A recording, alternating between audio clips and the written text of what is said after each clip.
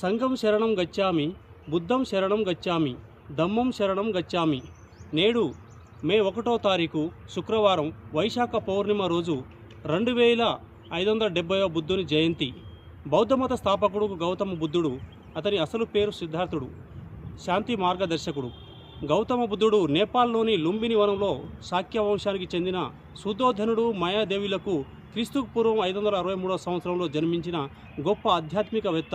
సకల సౌకర్యాలు ఉన్న లోకంలోని దుఃఖానికి గల కారణాలు తెలుసుకోవడానికి అతను తన 29వ ఏట భార్య పిల్లలను, రాజ్యాన్ని వదిలి పరిపూర్ణత సాధించడం కోసం బోధి వృక్షం కింద 40 రోజుల ధ్యానం చేసి జ్ఞానోదయం పొందినాడు, బుద్ధుడిగా మారినాడు. గౌతమ బుద్ధుడు ఇంటిని వదిలి వెళ్ళిపోవడానికి మహాభి నిష్క్రమణం అంటారు.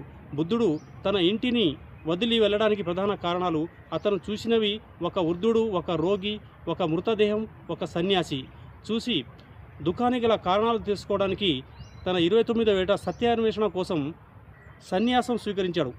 గౌతమ బుద్ధుడు దుఃఖ విముక్తి కోసం అష్టాంగ మార్గాలను బోధించారు. అవి సరైన దృష్టి, సరైన సంకల్పం, సరైన వాక్కు, సరైన కర్మ, సరైన జీవనోపాధి, సరైన ప్రయత్నం, సరైన స్మృతి, సరైన ఏకాగ్రత.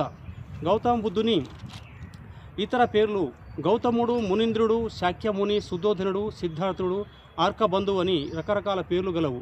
గౌతమ బుద్ధుడు దుఃఖానికి గల కారణాలు తెలుసుకోవడానికి 4 ఆర్య సత్యాలు బోధించాడు.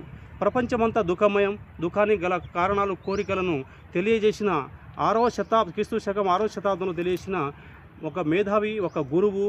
అతను సత్యాన్వేషణ కోసం ప్రపంచాన్ని మార్చిన మేధావి. ఇట్లు doctor Venkat Nayak, rock artist. Thank you.